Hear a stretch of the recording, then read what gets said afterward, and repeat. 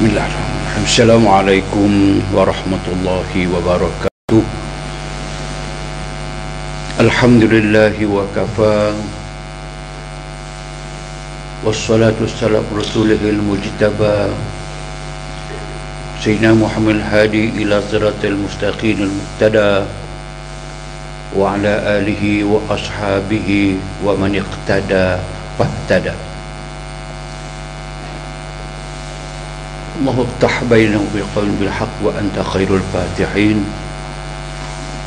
Muslimin muslimat rahimakumullah. Dalam pertemuan yang terakhir 2 bulan sudah, setelah bentangkan suatu fenomena penghidupan yang saya kaitkan dengan kejadian-kejadian Allah Subhanahu wa taala dalam penghidupan kita ini, kadang-kadang senang, kadang-kadang susah. Allah uji manusia dengan berbagai-bagai ujian, kesemuanya dengan tujuan untuk menyedarkan manusia, membuka minda manusia agar mereka sentiasa mengetahui insan ini adalah makhluk yang amat berhajat kepada Allah Subhanahu wa taala. Inilah yang disebutkan ya ayyuhan nas antumul fuqara'u ila Allah wallahu wal ghaniyyul hamid in yasha yuzhibkum wa ya'ti bi khalqin jadid wa ma dzalika 'ala Allahi bi aziz. Wahai manusia, sedarlah, kamu amat memerlukan kepada Allah. Antumul fuqara, kamu adalah fakir-fakir. Fakir mana orang yang berhajat. Orang miskin dikatakan orang fakir, dia berhajat kepada saraan hidup. Tapi ini fuqara'u ilallah, kamu amat berhajat kepada Allah. Allah tidak berhajat kepada kita, tapi kitalah fuqar ilallah, berhajat kepada Allah, berhajat kepada rahman Allah, bantuan Allah, pertolongan Allah. Kenapa? Wa huwal ghaniyyul hamid. Dia sahaja, Allah, maha terpuji. Maksud tidak ada sebarang kekurangan, tak ada kecelaan pada Allah Subhanahu wa taala. Ghani, dia yang amat kaya, maha kaya. Hamid, lagi terpuji. Ini yasa, kalau kamu tidak perlu kepada Allah Subhanahu wa taala, kamu jauh diri dengan hidayah Allah Subhanahu wa taala, kamu lakukan perkara yang mengundang kemurkaan Allah, yuzhibkum, Allah boleh menyahkan, menghilangkan, menghapuskan kamu ke semua. Wa ya'ti bi khalqin jadid, Allah boleh bawa datang, menciptakan semula khalqin jadid, insan-insan baru. Khalq, makhluk. Maksudnya Allah boleh hapuskan semua insan yang kufur kepada Allah, yang fasik kepada Allah, yang tidak berhajat kepada Allah. Yuzhibkum, boleh. Wa ya'ti bi khalqin jadid, Allah boleh buat makhluk baru dengan mudah. Itu dia katakan wa ma dzalika 'ala Allah bi aziz. Hal sedemikian itu bukan payah kepada Allah Subhanahu wa taala. So inilah yang kita hendak pergi lagi selangkah ke hadapan untuk memberi peringatan sesuatu yang berguna kepada kita berdasarkan kepada petunjuk-petunjuk Al-Quran dan As-Sunnah. Nabi pernah menyebut, aksiru min zikri hazimil lazzat Wa qalu ma hadhimul ladzati ya Rasulullah. Qala al-mautu. Nabi minta kita perbanyakkan, aksiru, banyakkan min zikri, untuk mengingati, banyak ingat kepada hazimil lazat. Makna asalnya hazim lazat ini penghapus kepada kesemua kelazatan. Tapi apa tujuannya? Sahabat tanya, apa dia hazimil lazat Rasulullah? Nabi kata al-mautu. Dengan lain bahasa, Nabi suruh kita banyak ingat kepada mati. Dan kebetulan pula yang nama mati ini orang semua tahu, tapi Allah Ta'ala sebut kepada kita, walaupun ini orang semua takut. Wajaat sakratul mauti bil haq, dzalika ma kunta minhu tahid. Wajaat, Allah gunakan bahasa Quran jaat, yang kerti Arab kertilah jaat, ja'a fi'il madhi, datang dah, berlaku dah. Sepatutnya digunakan fi'il mudhari'. Fi'il mudhari' sekarang yang akan datang. Sepatutnya yaji'u sakratul maut, akan datang kepada kamu sakratul maut, keseksaan sebelum kita mati. Tapi Quran menggunakan wajaat, telah datang dah kepada kamu sakratul maut. Kita kata tak datang lagi pun. Tengok kehebatan Quran. Saya terang sikit tak apa. Bila Allah menyebutkan sesuatu yang tidak berlaku lagi, tapi disebut macam berlaku dah, maknanya benda itu, perkara itu mesti akan berlaku, dan segera akan berlaku, macam telah berlaku dah. Macam misalnya orang Arab duk tanya Nabi, kamu kata kiamat, bila kiamat, bila kiamat, bila kiamat. Datang Quran, ata amrullah fala tastajilu. Ata, datang dah, berlaku dah kiamat. Mengapa nak minta? Datang lagi, tapi dia digunakan perkataan ata itu yang tak berlaku lagi, macam berlaku dah. Maksudnya pasti berlaku dan akan segera berlaku. Sama dengan ayat tadi. Dia katakan wajaat sakratul mauti bil haq, telah datang dah, berlaku dah, datang dah, hampir datang ke, pasti datang ke sakratul maut. Sakrah, sakara makna mabuk. Macam kaedah fiqh tu, ma askara kasiruhu faqaliluhu haram. Sesuatu yang memabukkan bila makan banyak, maka sedikitnya pun haram. So askara, sakran, orang yang mabuk. Maka opanya saat kematian manusia. Tadi balik kepada hadis yang Nabi suruh ingat, peringat banyak kepada manusia tentang mati ni. Rupanya mati itu dia panggil sakratul maut. Hempas pulas, mabuk, keseksaan waktu nyawa kita nak keluar daripada badan. Yang ini Quran sebut tadi dalam surah Qaf, dzalika ma kunta minhu ta'id. Yang ini ke semua orang, tidak ada kecuali ke semua orang nak mengelak daripadanya. Kalau boleh tidak mau berlaku sakratul maut. Bukan kita sahaja yang takut sakratul maut ini. Mereka yang tidak tahu keazaban berlaku sakratul maut, hatta Nabi sendiri pun, Rasulullah sendiri pun, kekasih Allah Subhanahu wa taala berdoa, Allahumma hawwin alaina fi sakaratil maut wan najata minan nar. Ya Allah, hawwin alaina, permudahkan kepada kami Jangan terukkan kepada kami, jangan jadikan masalah besar kepada kami waktu saat sakratul maut datang.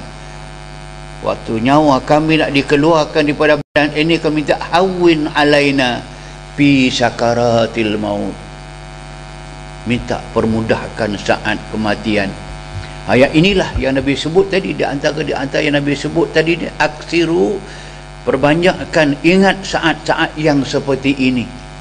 Yang inilah juga yang Quran sebut surah Qaf, laqad kunta fi ghaflatin min hadha fakashafna anka ghita'aka fabasaruka al-yawma hadid. Laqad kunta, sesungguhnya kamu sebelum datang kematian, belum berlaku kiamat, belum kamu dibangunkan semula pada hari akhirat, laqad kunta fi ghaflatin min hadha, kamu sungguh-sungguh lupa. Ghaflah lalai, ghaflah tidak ingat, ghaflah ambil ringan. Bila sampai malikul maut baru tahu mengatakan bahawa saat ini saat yang cukup mendebarkan dan mencemaskan. Inilah kita berjumpa dengan hadis Salmanul Farisi radhiyallahu anhu qala sami'tu Rasulullah sallallahu alaihi wasallam yaqul urqubu lil mayyiti salasan in rashaha jabinuhu wa adrafat aynahu wa intashara min kharahu fahiya rahmatun minallahi ta'ala qad unzilat alaihi wa in ghatta ghatitul bikril makhnuq wa khamada launuhu wa azbada sadaqahu fahuwa azabun minallahi halla bihi indal mauti. Rawahu at-Tirmizi, hadisun hasan.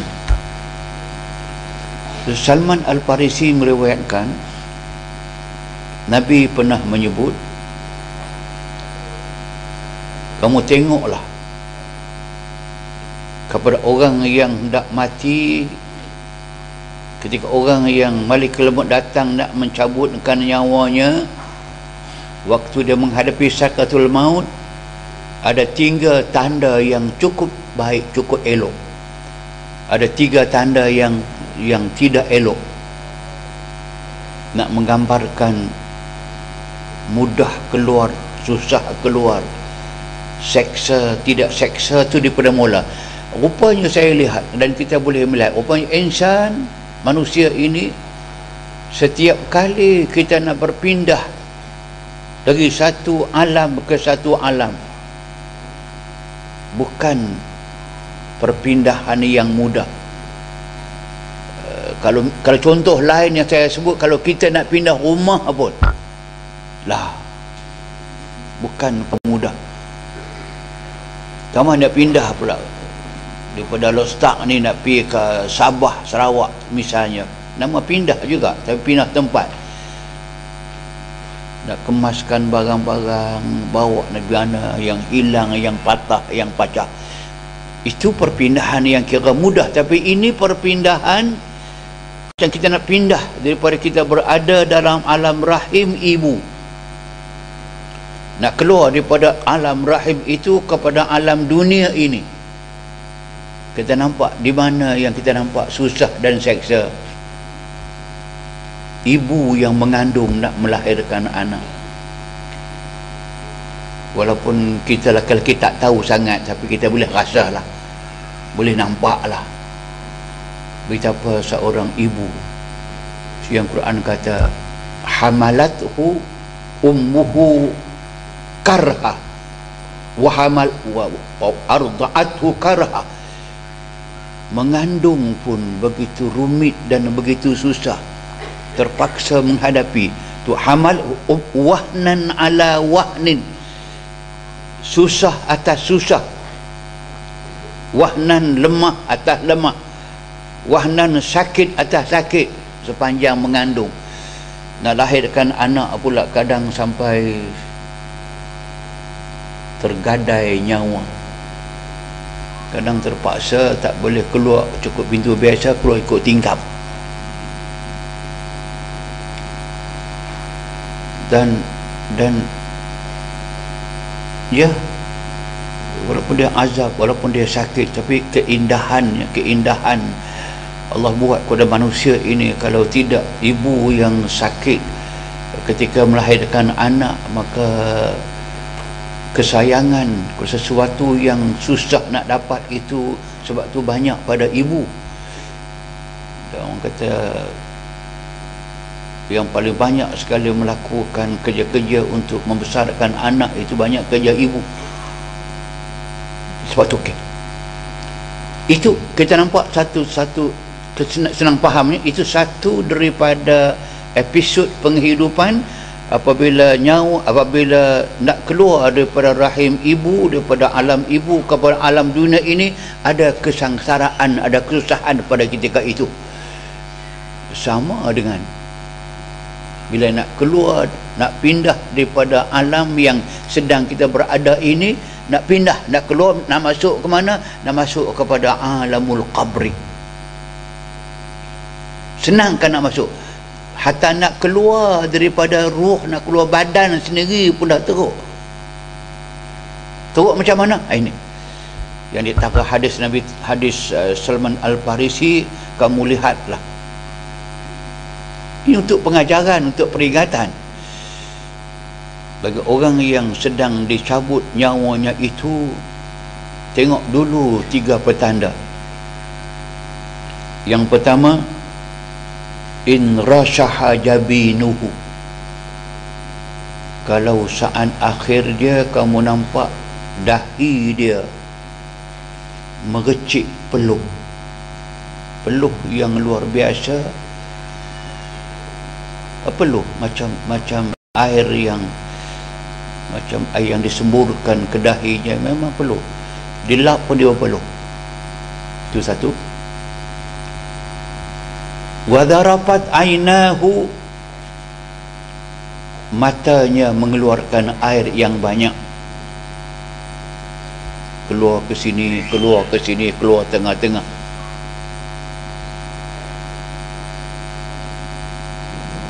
Wantashara min kharahu, min khar, lubang hidung.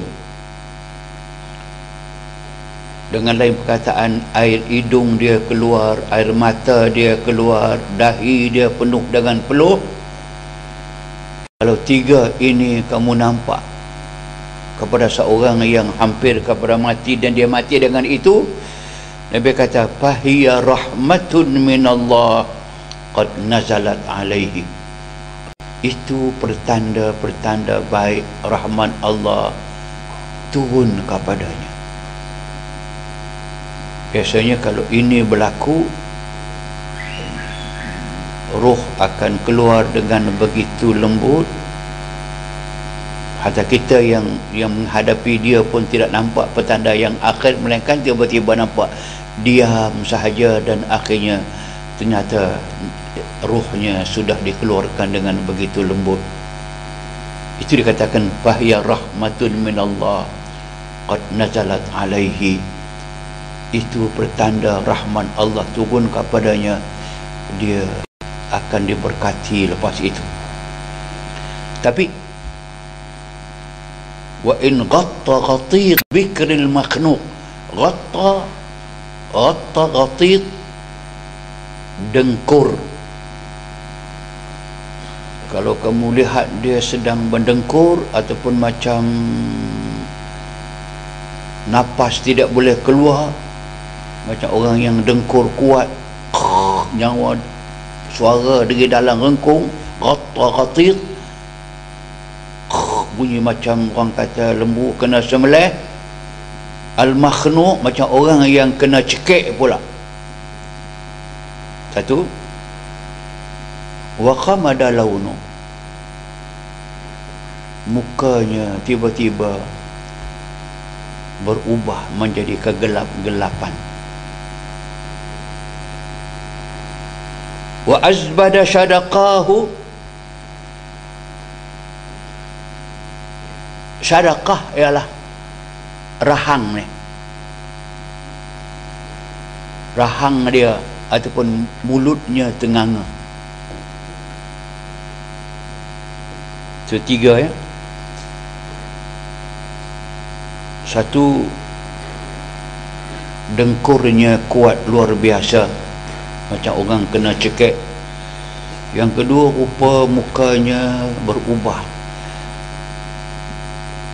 kepada kegelap-gelapan, hitam dan sebagainya. Rahang ini pula, mulutnya pula tenganga. Kalau ini berlaku, kata Nabi, fahuwa azabun minallahi ta'ala halla bihi, itu pertanda kepada azab Allah subhanahu wa ta'ala turun ke atasnya, dan dia sedang berhempas pulas dengan yang nama dia Malikul Maut datang. Inilah di antara kesakitan, kerumitan, kepayahan nak mengeluarkan ruh daripada badan manusia. Sebab ruh ini kita faham daripada hadis Nabi, dia kata ar-ruhu idza kharajat yatba'uhal basar. Ruh manusia dia keluar ikut jalan yang dia masuk. Dia masuk ikut lubang ubun-ubun. Saya sebut dulu, lubang ubun-ubun. Sebab tu tengkorak, kepala semua keras, tapi ada lubang tengah-tengah. Itu pada awalnya dia sengaja buat lubang, isyarat kepada lubang itu dipanggilkan ruh akan masuk ikut lubang itu. Wa idza kharajat, kalau ruh ini nak keluar nanti, dia keluar ikut lubang itu, lubang yang sama juga. Sebab tu yatba'uhal basar, mata akan melihat tanda perpisahan dan selamat tinggal. Mata melihat dia. Sebab tu mata orang mati biasanya dia akan terbuka. So, sebab tu dalam tanda tadi bukan soal orang tu mati mata terbuka, terkatuk muka sebagai alamat, tak. Sebab biasalah roh itu keluar, yatba'uhal basar, mata akan melihat, maka sunat tutup semula. Okey, saat itulah yang Quran dalam surah Al-An'am ayat 93, Al-An'am 93, Allah menyebut nak menerangkan, nak khabar, kata dia termasuk dalam hadis Nabi tadi yang Nabi katakan aksiru tadi, perbanyakkan, banyak kamu ingat kepada mati, berfaedah sangat kepada manusia. Orang lupa kepada matilah bermasalah. Apa dia? Ayat Quran Al-An'am 93, Allah kata walau tara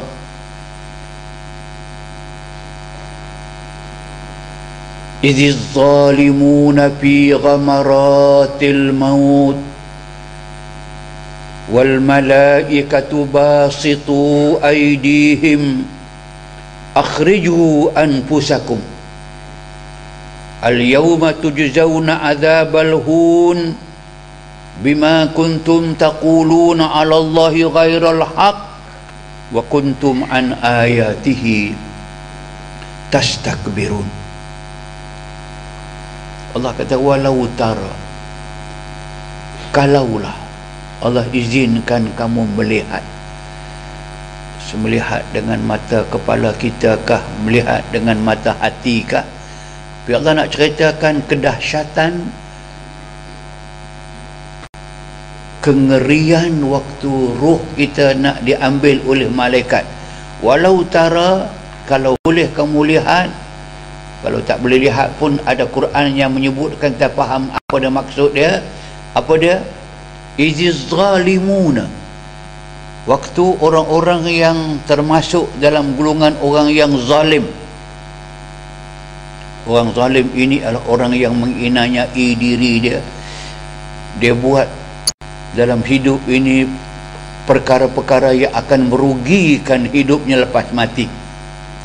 Orang yang meninggalkan petunjuk Allah Subhanahu wa taala, meninggalkan petunjuk Nabi kepada mereka, melakukan kerja-kerja yang bertentangan dengan kehendak Allah Subhanahu wa taala, memerintah dengan zalim, membelakangi hukum Allah Subhanahu wa taala, semua termasuk dengan orang-orang yang zalim, yang memfitnah manusia, yang suka melihatkan kesengsaraan manusia, sengaja buat khonak, merosakkan hubungan manusia. Ini orang yang zalim. Senang fahamnya, orang zalim ini orang yang amalannya untuk menghadapi mati tidak cukup. Orang yang pertanda awal mengatakan bahawasanya lepas dia mati itu, paman lam yanju minhu fama ba'dahu a'sar. Kalau daripada nak mati pun susah, masuk kubur lagi susah, lepas itu fama ba'dahu a'sar, lepas itu lagi susah. Ini petanda. Ulang balik, walau tara, kalaulah boleh kamu melihat dengan mata hati kamu, zalimuna, orang-orang yang zalim, fi ghamaratil maut. Ghamarat, kedahsyatan,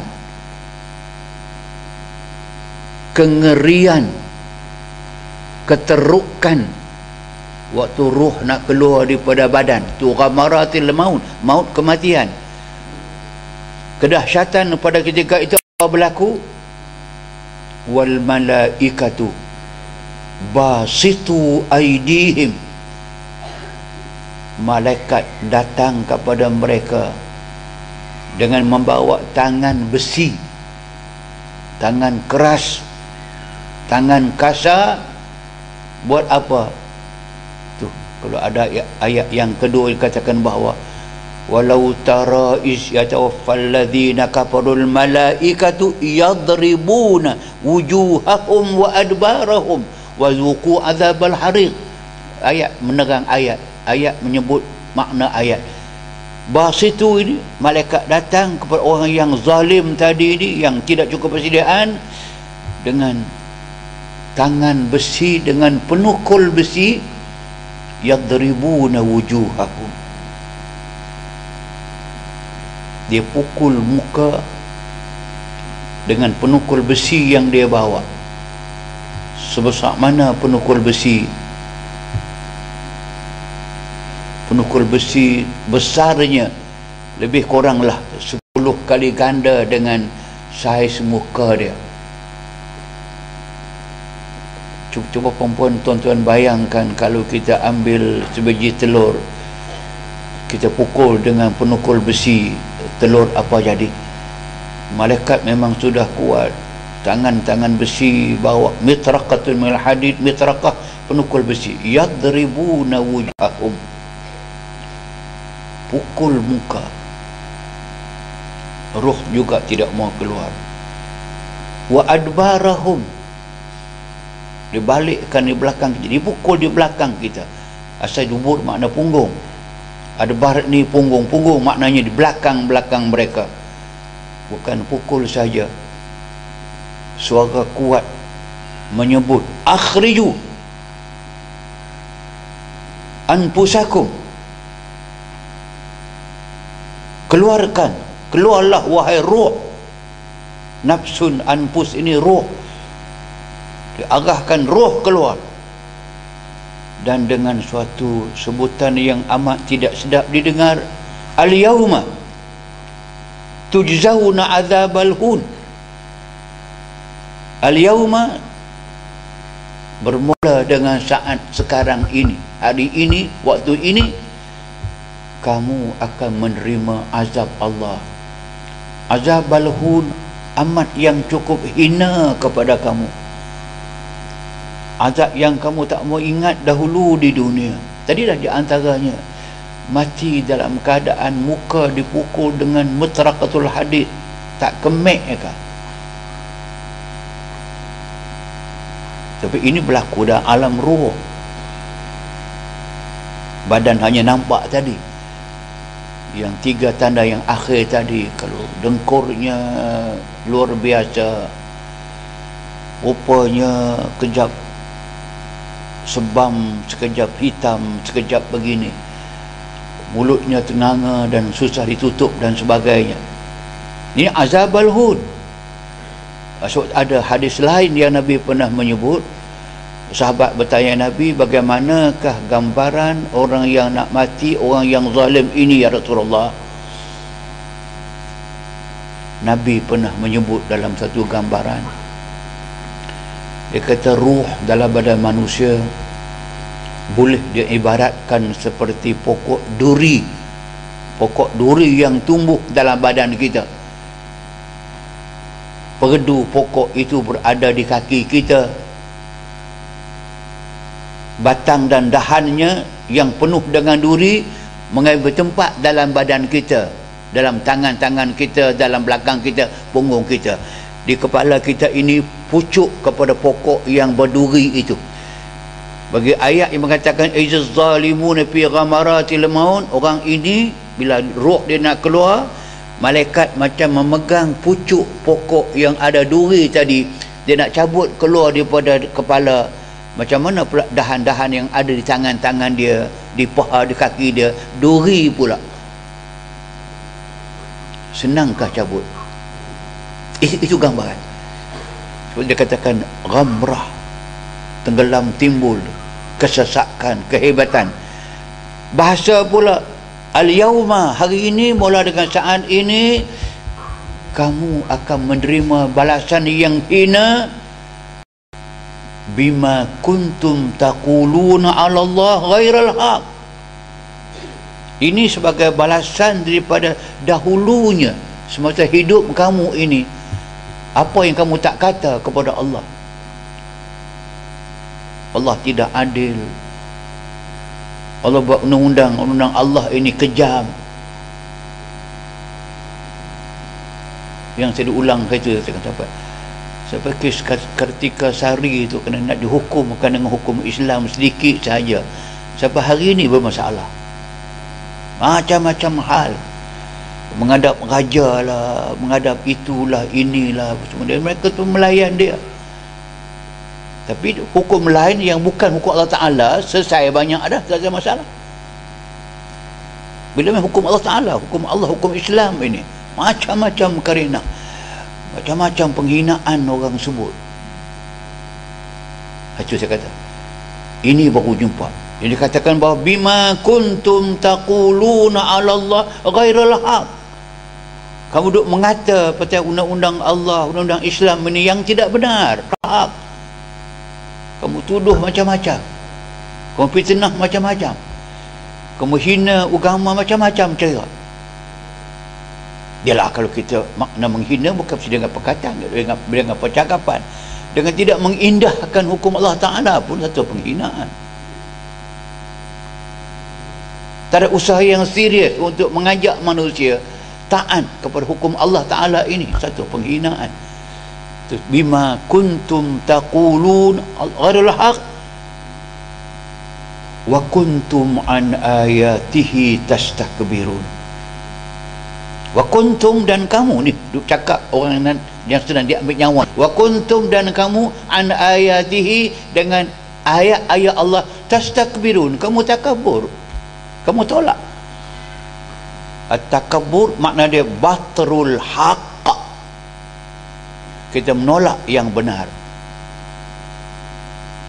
Penolakan yang benar itu dipanggil takabur. Sebab tu macam contoh takabur juga, macam bila Allah Ta'ala perintah kepada malaikat termasuk iblis ketika itu, usjudu li Adam fasajadu illa iblis aba wastakbara. Tengok, walaupun satu Allah perintahkan usjudu li Adam, wahai malaikat-malaikat aku sujud kepada Adam, fasajadu, semua sujud, illa iblis, melainkan iblis, aba, dia tak mau, wastakbara, dia menolak yang benar, takabur. Bukan besar mana pun iblis ini. Sebab kalau dia katakan sebut malaikat, ada hadis sahih yang menyebut wa inna malakan min malaikatillah.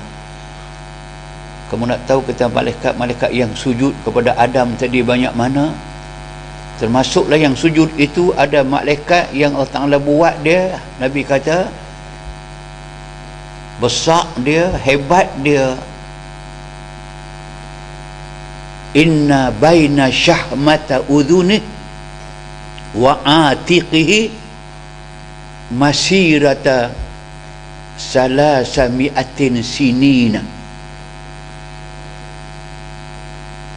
Salah seorang malaikat yang sujud itu, Nabi kata, yang kamu nak faham siapa dia orang tu, malaikat tu macam mana, seorang malaikat itu dia katakan kejadian Allah kepadanya hebat dia terang mana.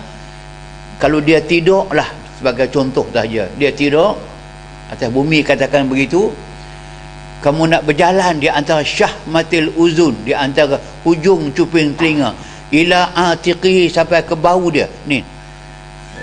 Kalau kita macam mana Subang kadang-kadang sampai ke bau kan.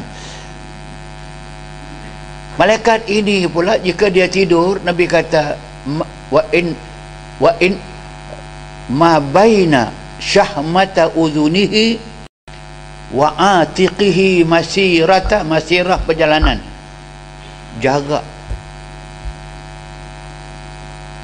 jauhnya di antara cuping telinga dengan bahu dia,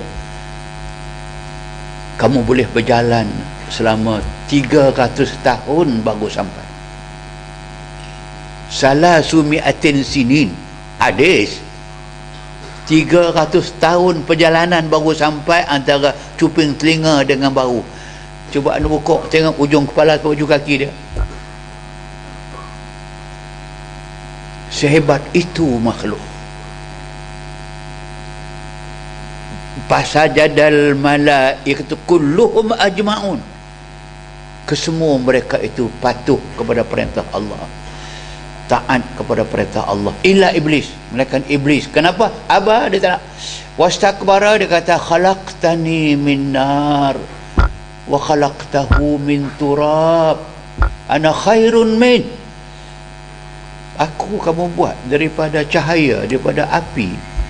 Adam kamu buat daripada tanah liat. Aku lebih baik daripada dia. Mengapa aku nak tunduk kepada dia? Dia tidak fikir mengatakan bahawa perintah itu keluar daripada siapa. Kalau Adam yang kata kepada dia tunduk kepada aku, tak apa.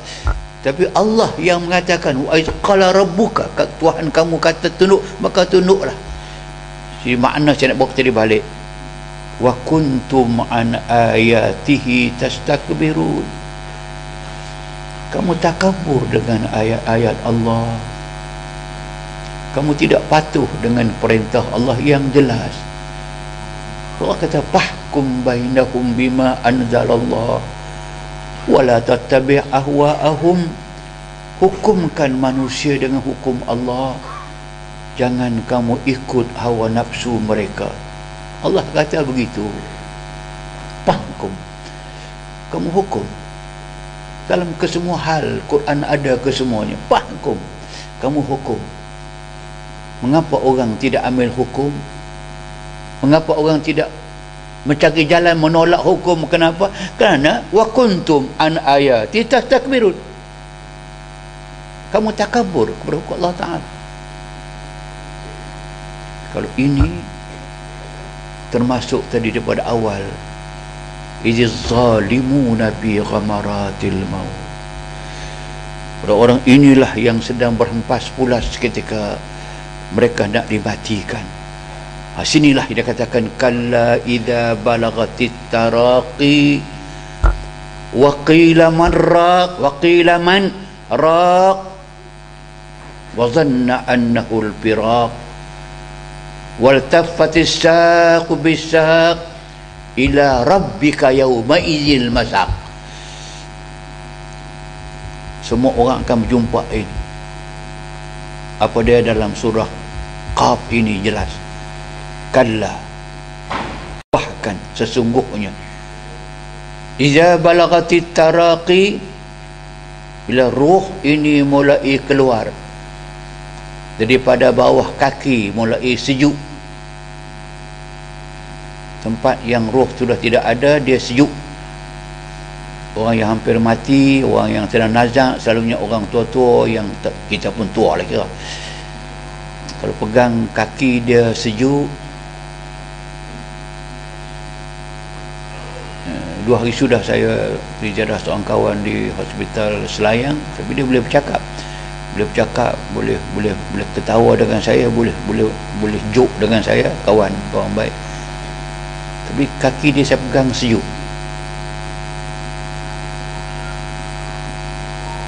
Kalau ikut pengecaman saya ini dah sampai ke lutut ni, saya rasa dah tak lama. Tapi dia bangkit seronok masa saya datang, dia boleh melawat dan sebagainya, tak apalah. So saya nak keluar pergi ke Singapura. Saya bisik kat isteri dia, kata jangan tinggal. Tak apa Ustaz, lambat lagi. Dia kata lambat lagi. Pandai dia daripada saya, kata. Tak apa Ustaz, saya tak apalah, saya panggil anak-anak. Tak apa, kata, tak apa, dia pun nak ke. Saya tinggal dia sampai di airport, nak naik kapal terbang pergi Singapura. Dapat telefon, Ustaz, dia baru meninggal dunia sekejap ni. Betul lah Ustaz kata tu. Bukan soal betul tak betul, kata pengecamannya begitu. So dia meninggal. Ini dia katakan apabila sampai Ustaz, kalla idza balagatit taraqi, bila ruh mulai menjalar dari kaki naik ke atas akan sampai taraqi. Taraq ialah halqum. Yang lain pula, idza balagatil khulqum wa antum hina idzin tanzurun. Keluarga semua sedang menghadap dia, melihat dia. Ini ada kalla idza balaqat wa qila man raq. Orang yang nak mati itu, kalau dia boleh bersuara lah ketika roh nak keluar itu, pergilah cepat cari orang yang boleh tolong merawat dia, turun jampi dia, turun ruqyah kepada dia, jangan mati. Wa dhanna anul firak, dia tidak yakin. Zan, dia bukan yakin. Dia kata dia tak mati lagi, dia cuba nak selamatkan juga. Rupanya saat-saat macam inilah kita akan berjumpa. Saya akan cakap lebih awal, saya cakap berdasar kepada Quran. Saat seperti inilah rupanya semua insan dalam kehidupan ini dia memiliki benda yang paling berharga kepada dia. Yang ini dia paling sayang dalam hidup dia, dan yang paling sayang inilah dia nak berkorban saat-saat dia nak mati. Kod yang ini boleh menolong dia selepas mati. Apa dia?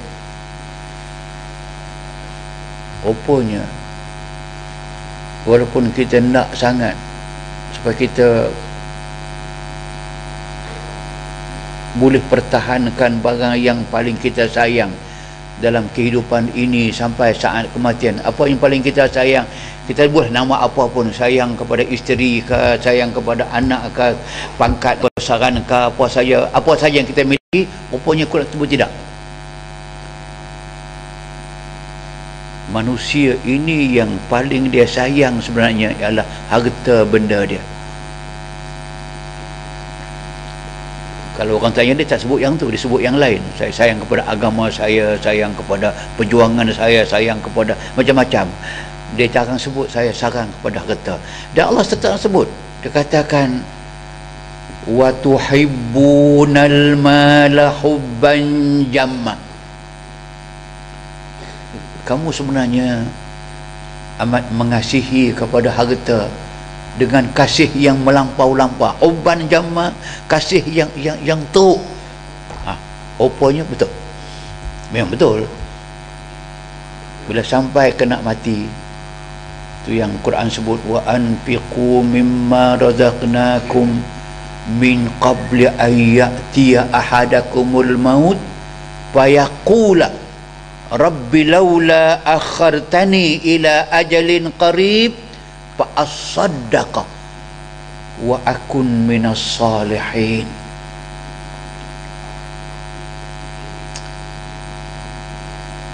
Allah suruh dah dalam hidup ini, kalau kita ada harta, memang orang semua sayang kepada harta. Wa anfiqu, ada peluang nak infakkan, nak sedekahkan, nak zakatkan, nak derma dan sebagainya, jalan yang kebaikan, jangan tangguh buat. Kalau kamu tangguh, kamu tidak buat, bila sampai saat idza jaa ajaluhum, bila sampai hajat ajal mereka sampai tu, wa yaqula, orang yang nak mati berkata, Rabbi, oh Tuhanku, laula akhartani ila ajalin qarib, saya nak merayu kepadamu ya Allah, meminta kepadamu ya Allah, sungguh-sungguh akhartani, tolong tangguhkan kematian saya ini. Akhartani, lewatkan saat kematian saya ila ajalin qarib. Ketika itu dalam tafsir Ibnu Katsir, tafsir Al-Khazin, malaikat masih melayan dia, bertanya dia, kamu nak minta umur panjang ni sampai bila? Tak lama, bagi saya setahun sudah.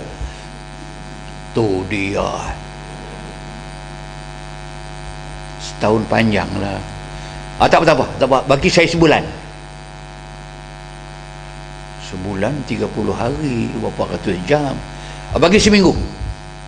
Sampai akhir minta 1 jam bayar. Nak buat apa?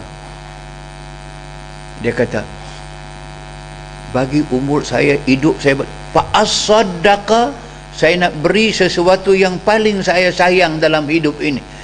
Dalam hidup ini nak dapat barang ni, sanggup mampus, sanggup mati, sanggup bergaduh, sanggup fitnah orang, nak dapat kekayaan ni.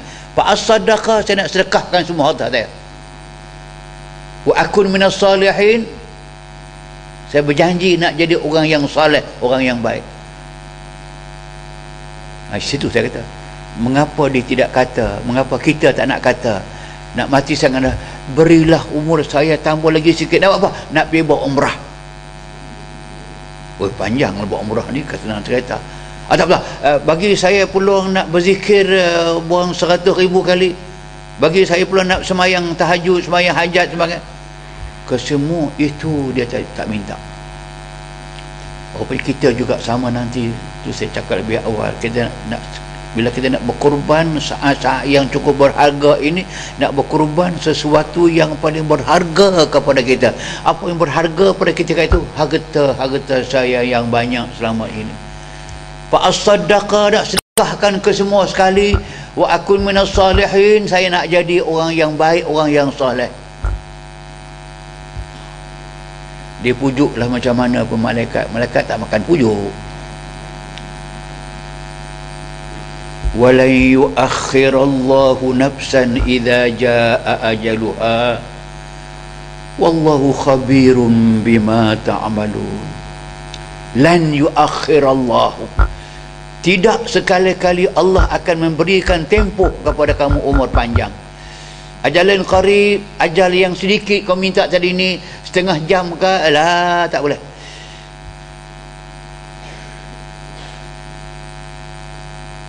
Sampai masa pasti dia ambil. Kenapa ayat itu dia berakhir dengan wallahu khabirun bima ta'malun? Allah ini maha bijaksana, maha mengetahui tentang apa sebenarnya nak berlaku kepada kamu. Apa Allah tahu? Allah tahu. Waktu sesak macam itu tu, dia berjanji macam-macam. Kalau dia sihat balik, segar balik, mampus dia tak bagi harta tu. Dia tak hidung masin, tangkai mengatakan orang. Sebab inilah hakikat yang kita sebut sebagai peringatan. Sebab tu ada ayat lain yang katakan, wa minhum man ahadallaha la in atana min fadlihi lanasaddaqanna wa lanakunanna minas salihin. Ayat lain, ayat yang menceritakan ada orang yang susah zaman Nabi, sahabat susah zaman Nabi, datang dekat Nabi minta kekayaan, minta kesenangan. dengan janji kat Nabi kepada Allah. Dia katakan la in atana min fadlihi, kalau saya dapat kesenangan kehidupan ini, rezeki banyak kaya, lanasaddaqanna, kami akan bagi sedekah sebanyak-banyaknya, walanakunanna minas salihin, kami berjanji nak jadi orang yang paling baik sekali. Tapi apa yang berlaku? Falamma atahum min fadlihi, bila Allah tunaikan kepada apa yang dia minta tadi itu, bakhilu bihi, dia berubah menjadi orang yang cukup kedekut. Bukan kedekut saja, bukan bakhil saja, watawallau, terus berpaling muka daripada agama Allah, daripada hukum Allah, wahum mu'ridun, angkuh. Sama itu. Yang ayat tadi itu menceritakan seorang susah zaman Nabi, sahabat, tapi dia susah dunia ini tak okey, sabar. Sebab dia jadi orang yang baik kerana dialah orang yang paling awal datang bersemayang bersama dengan Nabi. Tapi lepas semayang dengan Nabi, dia yang paling awal balik ke rumah dia. Nampak begitu ada keganjilan sahabat ini, datang lebih awal, balik datang lebih awal semayang, balik paling awal juga. Rupanya dia hanya ada kain, ada baju, ada kain. Sehelai itu sahaja yang boleh dibawa bersemayang. Isteri dia tidak ada baju, tidak ada kain yang boleh dibawa semayang. Lubang-lubang cubang camping. Dia pesan dekat suami dia, habis semayang sahaja, cepat balik ke rumah, nak pinjam kain itu nak buat semayang. Kenyataan dah memanglah ada pengajaran. Bila orang minta dia, suruh dia minta dekat Nabi, pergi minta kesenangan, minta kekayaan dan sebagainya, Nabi kata dekat dia, kata, aku nasihatkan kamu, usahalah sendiri. Kalau Allah Ta'ala bagi, kamu terima. Tak bagi, cukup dengan apa yang ada itu, dah baik kepada akhirat kamu. Dia desak juga, dia nak juga kekayaan, datang 3 kali. Tu Nabi kata, maukah kamu berjanji dengan aku dan dengan Allah Subhanahu wa ta'ala, kalau aku berikan kepada kamu habuan dunia yang sedikit, Allah banyakkan kepada kamu, kamu berjanjikah nak jadi orang yang baik? Tu dia kata, wa minhum man ahadallah, dia janji. Apa janji dia? Tu la in atana, kalau Allah berikan kepada kami min fadlihi, kekayaan dia, lanasaddaqanna, kami akan bagi sedekah. Dan berjanji pula, walanakunanna, pasti kami akan jadi minas salihin, orang yang baik. Di falam tahum fadlihi, bila sampai Allah berikan kepada mereka orang tadi, Allah berikan satu qati'ah, satu kumpulan kambing yang orang datang bagi zakat. Ada sahabat datang bagi zakat kambing.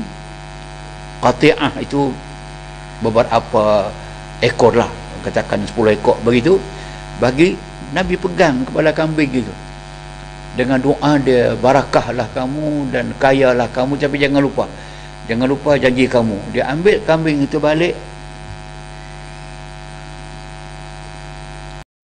Tak lama kemudian Nabi teringat kepada sahabat tu, dulu aku datang ke masjid, awal-awal aku nampak dia, sekarang aku tak nampak muka, batang hidung tak nampak, bayang pun tak ada. Nabi suruh orang pergi cari dia, pergi cari berjumpa. Dia sibuk dengan kambing-kambing yang telah beratus-ratus dah. Suruh dia datang sembahyang. Dia kata, aku nak datang, tapi kalau aku tinggal nanti serigala datang makan kambing lagi ni. Ini kambing Nabi bagi ni, aku kena jaga dengan baik. Sembahyang tidak pergi dah.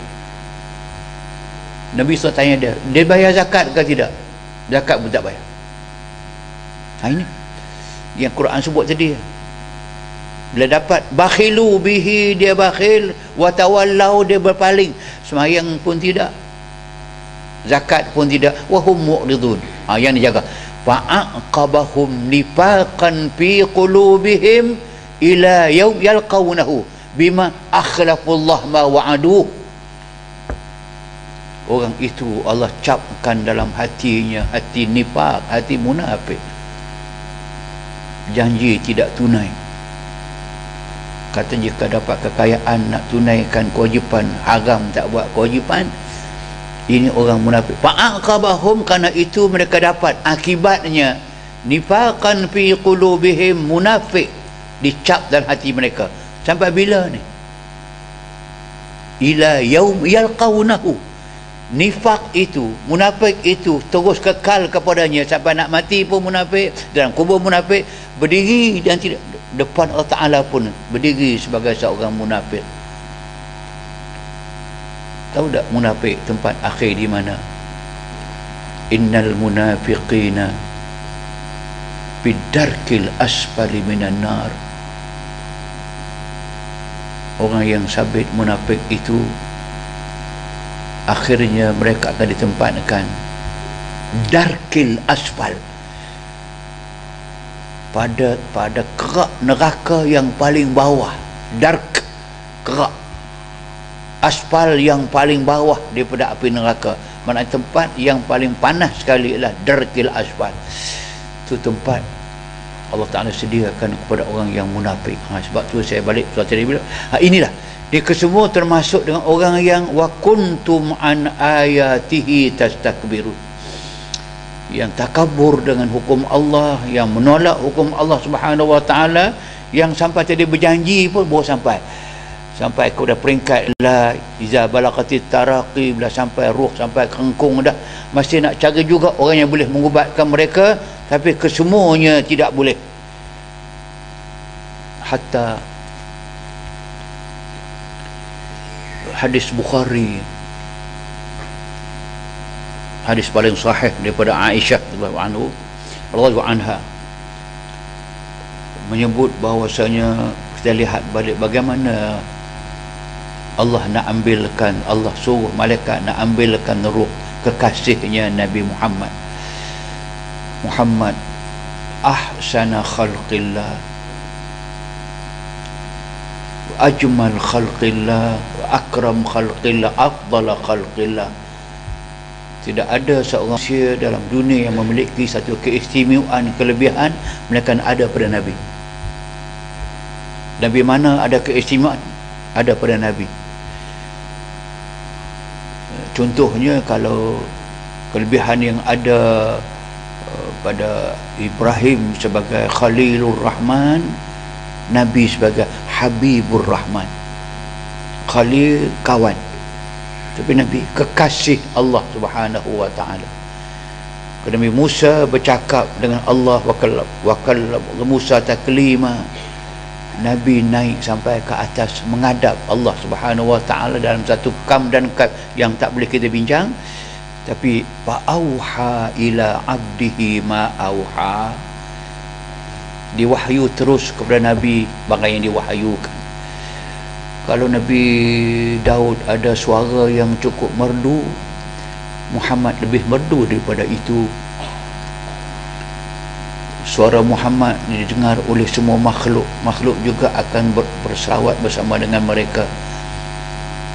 Hatta kalau Muhammad itu dikatakan orang yang baligh, Nabi-Nabi lain katakan Nabi Musa alaihissalam boleh berhujah dengan baik, Nabi Ibrahim hujah dengan baik, Muhammad atahul bayan wa 'allamahul bayan, dia bahasa dia paling baik, paling okay. Kesemua yang ada kelebihan kepada mana-mana orang, ada kelebihan kepada Nabi, kekasih Allah. Bila Nabi kita nak wafat, hadis Bukhari,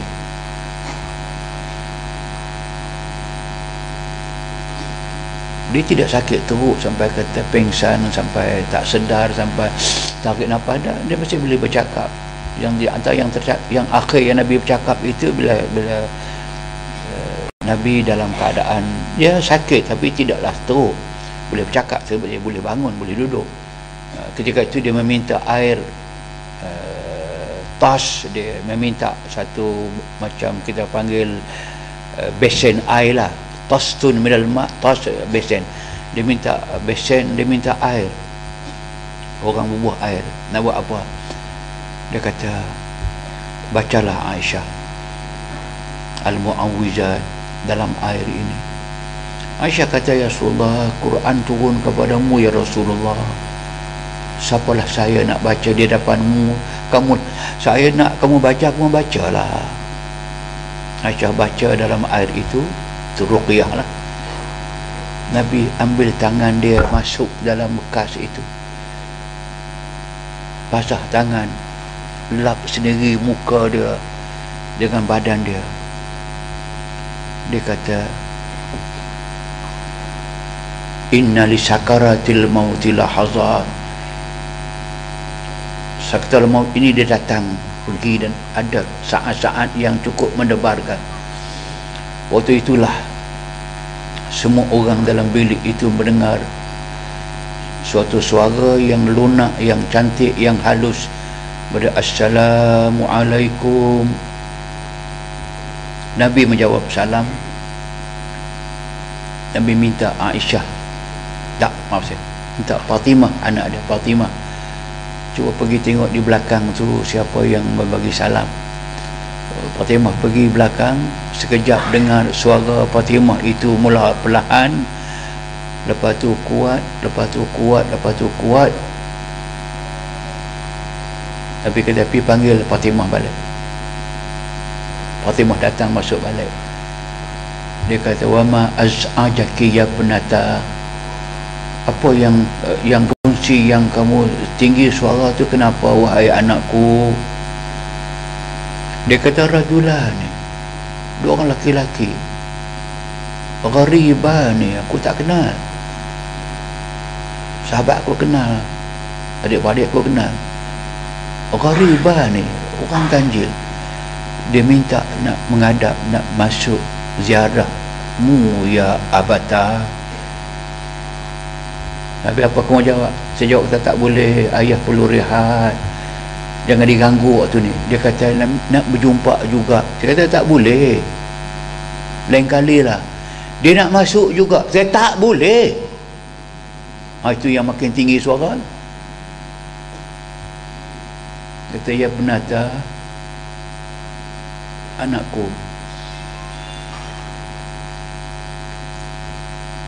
atak depi mantu kalimi, kamu tahukah tidak dengan siapa kamu bercakap itu? Rajulah ni, gharibah ni, dua orang lelaki yang aku tak kenal. Nabi kata, huma malaikatun min malaikatil maut. Itu adalah dua orang malaikat maut yang datang nak menjemput ayah. Kamu benar dia pun dia masuk beradab, kamu tak benar pun dia pasti masuk. Dia datang nak menjemput ayah pergi. Ini lahazat ini. Sekejap saya Nabi nampak sampai dekat dia. Itulah maka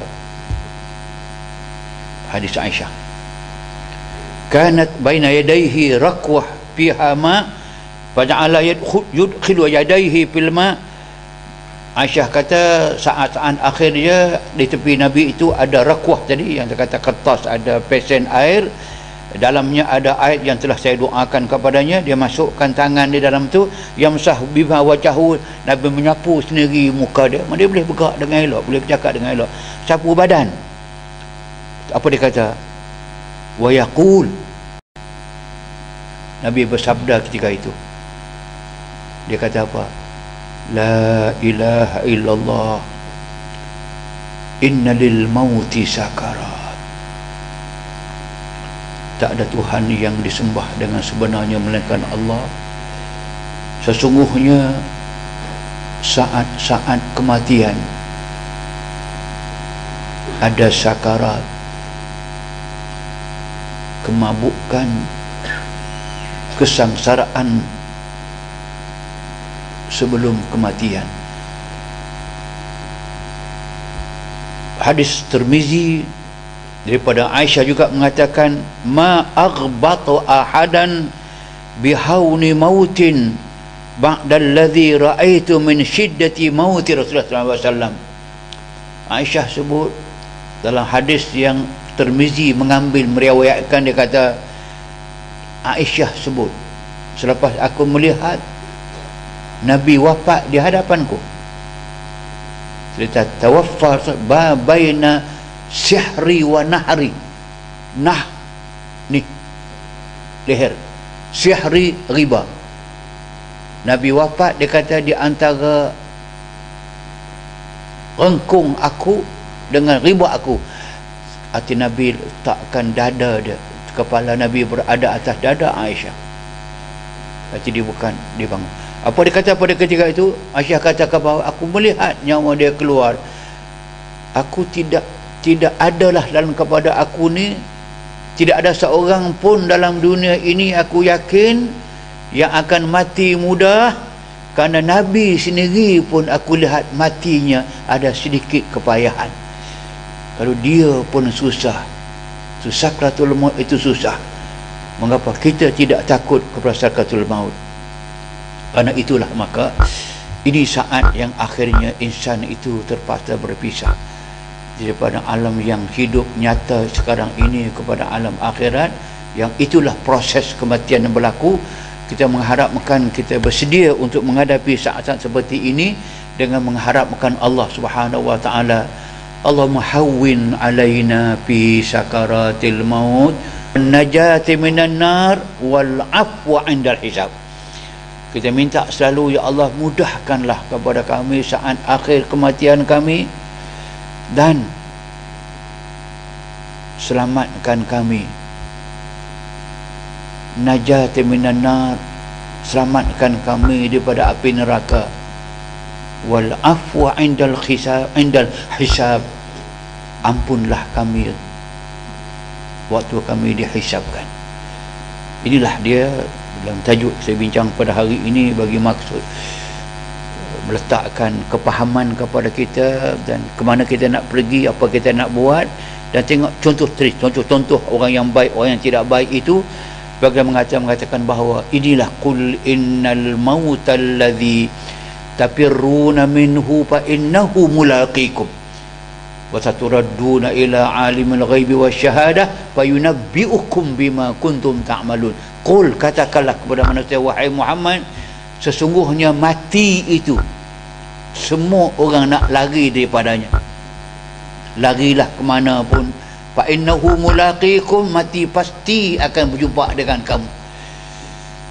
Dan lepas itu kamu akan dibawa, turadduna, kamu akan dihanyut, dibawa ila alimil ghaib, kepada Tuhan yang mengetahui segala yang ghaib, wasyahadah, dan yang terang. Fa yunabbiukum bima kuntum ta'malun, kamu akan diberitahu satu persatu tentang apa yang telah kamu lakukan dalam alam dunia dahulu. Semoga Allah Subhanahu wa taala merahmati kita sekalian. Kita akhir dengan doa pada hari ini, insya-Allah taala. Semoga Allah taala mengetahui niat kita, hajat kita, Allah makbulkan. Kita dahulu dengan Al-Fatihah.